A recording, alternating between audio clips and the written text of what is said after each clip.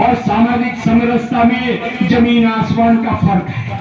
समानता वो होती है कि ये जो व्यवस्था है ब्राह्मण क्षत्रिय वैश्य और शूद्र, ये जो जाति व्यवस्था है हजारों साल से चली आई है। मनवादी लोग नहीं चाहते हैं कि इस देश का मूल निवासी, इस देश का शासक वर्ग बने। मगर साथियों, बाबा साहब ने जो संविधान बनाया उस संविधान के अंदर हमें ऐसी ताकत दिया और बुलेट से नहीं बैलेट से आप इस देश के राजा बन सकते हैं। तो पहले मनु का संविधान था, राजा रानी के पेट से पैदा होता था। आज बाबा साहब अम्बेडकर का संविधान है, राजा इलेक्ट्रॉनिक मशीन से पैदा होता है, इलेक्ट्रॉनिक मशीन से पैदा होता है। तो साथियों, बाबा साहब के संविधान को जो लोगों ने नहीं जाना वो आज तक उनका विकास नहीं हुआ है। आप लोगों ने बताया कि हमारा ये विश्वकर्मा समाज को अनुसूचित जनजाति में रखा गया था। तो मैं आपको बताऊं, देश आजाद हुआ तब बाबा साहब अम्बेडकर ने कहा था कि वैश्य विज्ञान के हिसाब से भारत में 5000 जातियां अनुसूचित जनजाति है जो मूल निवासी है। मगर कांग्रेस की सरकार ने, महात्मा गांधी की सरकार ने, उन्होंने 1952 में ऐसा कानून बनाया कि जो पहाड़ों पर रहते हैं वो अनुसूचित जनजाति और जो नीचे रहते हैं वो अनुसूचित ओबीसी है। तो हमारी 3742 जातियां हैं वो भी अनुसूचित जनजाति ही है। मगर हमारे समाज को बांटने वाले लोगों ने हमें बांटते रहे हैं। ये तो धीरे धीरे संविधान के अधिकार के तहत हम लोग जागरूक हो रहे हैं।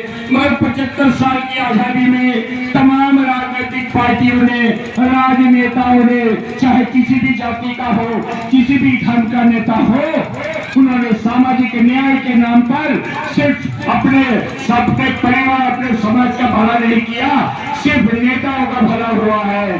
क्योंकि बाबा साहब ने सामाजिक परिवर्तन और आर्थिक परिवर्तन के लिए संविधान बनाया था। तो आर्थिक परिवर्तन क्या है, आर्थिक परिवर्तन कैसे होगा, आर्थिक न्याय क्या है, इसके ऊपर आज तक किसी भी राजनीतिक दलों ने बात नहीं की है। तो माननीय कांशीराम साहब कहते थे जो जमीन सरकारी है वो जमीन हमारी है, क्योंकि संपत्ति भूमि से आती है, आसमान से नहीं टपकती है। चाहे मुकेश अंबानी हो या कोई भी व्यक्ति हो, संपत्ति भूमि से आती है। चाहे भूमि से खेती होती है, लोहा निकलता है, कोयला निकलता है, सोना निकलता है, चांदी निकलता है, तेल निकलता है, वो भूमि से निकलता है। तो भूमि से संपत्ति मिलती है, तो भूमि पर अधिकार किसका है? हजारों साल पहले राजतंत्र था, तो राजतंत्र में भूमि का मालिक पूरे देश का राजा होता था और राजपूत राजा ही होता था। ये मनवादी व्यवस्था थी। तो साथियों, राजपूत लोग सबसे ज्यादा इस देश के भूमि के मालिक बन गए।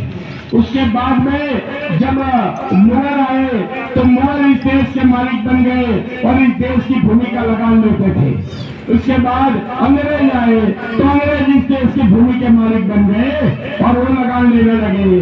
मगर अब लोकतंत्र है। तो बाबा साहब अम्बेडकर ने कहा था कि लोकतंत्र में लोग राजा है, तो लोग भूमि का बंटवारा होना चाहिए, भूमि का बंटवारा होना चाहिए। मगर आज तक मनवादी शासक वर्गों ने हमें भूमि का अधिकार नहीं दिया है।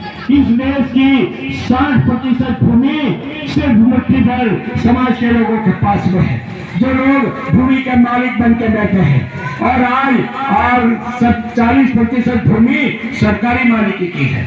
पूरे भारत का आप देखिए, आज पूरे देश में 180 करोड़ बीघा भूमि है। कितनी भूमि है? 180 करोड़ बीघा भूमि है और 40% सरकारी भूमि आज भी है। और इस देश में सिर्फ 25 करोड़ परिवार है, यानी कि एक परिवार में 5 या 6 लोग गिना जाए तो 130-40 लाख का 130 करोड़ जितनी आबादी होती है। तो हर भूमिहीन परिवार को भूमि का अधिकार दिया जाए, ये डॉक्टर बाबा साहब अम्बेडकर ने उस वक्त कहा। तो यही नेहरू एंड कंपनी और महात्मा गांधी के लोगों ने हमें गुमराह किया, भूमि का अधिकार न मिले, इसलिए विनोबा भावे नाम के ब्राह्मण को खड़ा किया गया और भूदान का नाटक किया गया। भूदान का नाटक किया गया साथियों। भूदान में क्या नाटक किया गया? राजपूतों से, राजाओं से, जमींदारों से जमीन ली गई और बोले हम दान में देते हैं, कागज दान दिया और हमारे दलितों को, पिछड़ों को, उनको भूदान का कागज दिया।